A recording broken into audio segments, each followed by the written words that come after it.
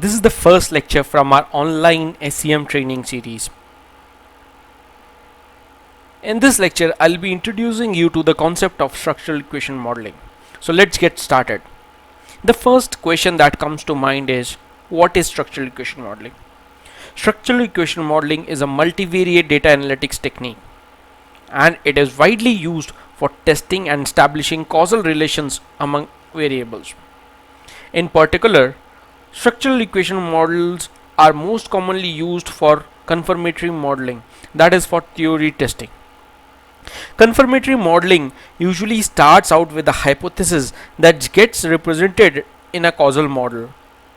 This model is then tested against the obtained measurement data to determine how well the model fits the data. The biggest advantage of structural equation modeling is that it can simultaneously test measurement and structural relationships among a set of variables. In other words, SEM can be thought of as a combination of factor analysis and regression analysis. Before running SEM analysis, we need to screen our data to check for missing values, outliers, as well as check the assumptions of linearity, normality, and independence. We'll be looking at all these things when we work on real-time SEM problems. Covariance based SEM is one of the most preferred data analysis method today for confirming or rejecting theories through testing of hypotheses, particularly when the sample size is large. The data is normally distributed, and most importantly, the model is correctly specified. So covariance is at the heart of covariance based SEM. So what is covariance? Covariance can be understood as a measure of how much two random variables change together. In other words, you can consider covariance as a measure of strength of association between two variables and their variabilities. Alternately, it can also be understood as unstandardized correlation. A structural equation model implies a structure of the covariance matrix of the measures. Once the model's parameters have been estimated, the resulting model implied covariance matrix can then be compared to an empirical or data based covariance matrix. If the two matrices are consistent with one another, then the structural equation model can be considered as a plausible explanation for relations between the measures.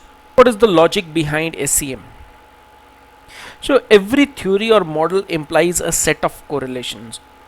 These correlations can be between latent variables as well as between the error terms. So SEM specifies why variables are correlated with one another. Hence, it is used. Hence, it is the importance of using theory to draw our model. So the logic behind SEM is that it can be used. So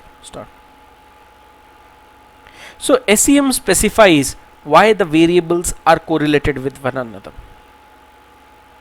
A necessary but insufficient condition for the validity of theory is that it should be able to reproduce the correlations that are actually observed in our data, so that the implied covariance matrix from our model should be equal to the actual observed covariance matrix. In simple terms, the implied covariance matrix specified by the model should be equal to the observed covariance matrix as specified by the actual data. In order to conclude, structural equation model can be considered as a plausible explanation for the relations between the measures.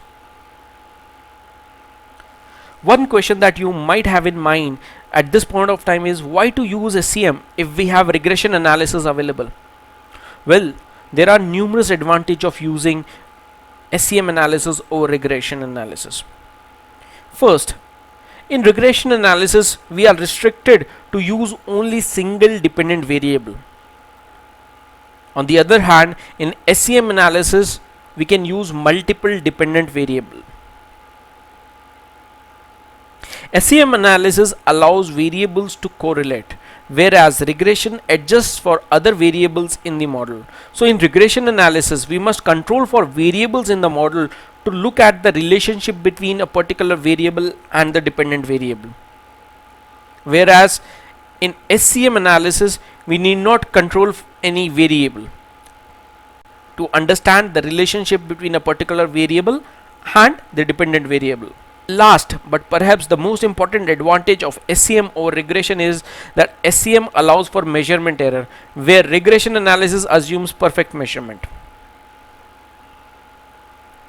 Some of the uses of SCM analysis are highlighted here. Most common use of SCM analysis is to test a particular theory or model.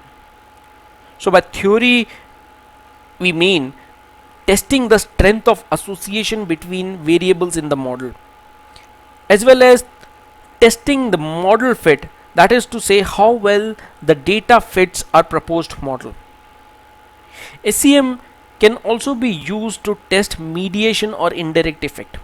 Though regression analysis can be used to test mediation effect using a series of steps, but SCM analysis allows us to test the mediation effect in just one single step.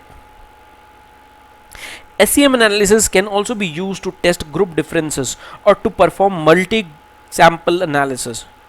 So this allows us to test our theory across different groups. Fourth, when we have longitudinal data, we can use SCM analysis to test our longitudinal model. Last, SCM analysis can be used to test hierarchical multi-level nested models. We will be looking at each of these when we are working on real-time SCM problems. If you are looking for online SCM training or support, please contact us at admin@pytutors.com.